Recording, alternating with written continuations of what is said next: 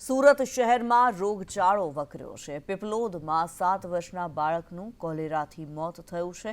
સુરતમાં પેટનો દુખાવો, ઝાડા ઉલટીના કેસ વધ્યા છે। સિવિલમાં 10 થી 3 દર્દીઓમાં ઝાડા ઉલટીની ફરિયાદ જોવા મળી રહી છે। રોગચાળાને લઈને હવે આરોગ્ય વિભાગ દોડતું થયું છે।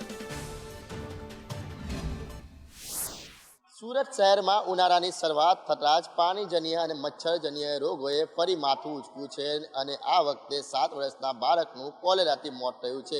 સુરતની નવી સિવિલ હોસ્પિટલ છે તે વહેલી સવારથી જ દર્દીઓથી ઉભરાઈ રહી છે। ખાસ કરીને વાત કરીએ તો નાના બાળકોને વધારે અસર થઈ રહી છે, ત્યારે નાના બાળકોના કેસોમાં સતત વધારો થઈ રહ્યો છે। ત્યારે સિસ્ટર છે તેમની સાથે વાત કરીશું। સિસ્ટર, કેટલા કેસો આવી રહ્યા છે અને કેટલા કેસોમાં વધારો થયો છે? કયા કયા કેસો આવી રહ્યા છે અત્યારે?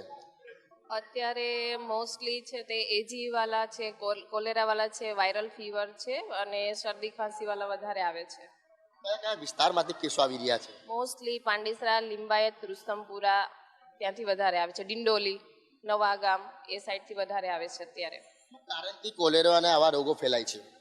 મોસ્ટલી તો કોમ્યુનિકેબલ ડિઝીઝ હોય એટલે વાયરલના લીધે ફેલાય છે। મોસ્ટલી હાઇજેનિક કન્ડિશન ઓછી એ લોકો રાખતા હોય એટલે મોસ્ટલી ફેલાય છે। તેમાં વધારો થયો છે। પહેલા જે કેસો આવતા હતા તે કેસો છે 150 ની આસપાસ આવતા હતા, પરંતુ જે રીતના ઋતુ ચેન્જ થઈ છે અને હવે ઉનાળાની શરૂઆત થઈ છે ત્યારે પાણીજન્ય અને મચ્છરજન્ય રોગોએ ફરી માથું ઉંચક્યું છે અને તેવામાં કોલેરાથી એક 7 વર્ષના બાળકનું મોત થયું છે। ત્યારે સુરતનું નવી સિવિલ હોસ્પિટલ તંત્ર અને મહાનગરપાલિકાનું આરોગ્ય તંત્ર પર અત્યારે દોડતું થયું છે।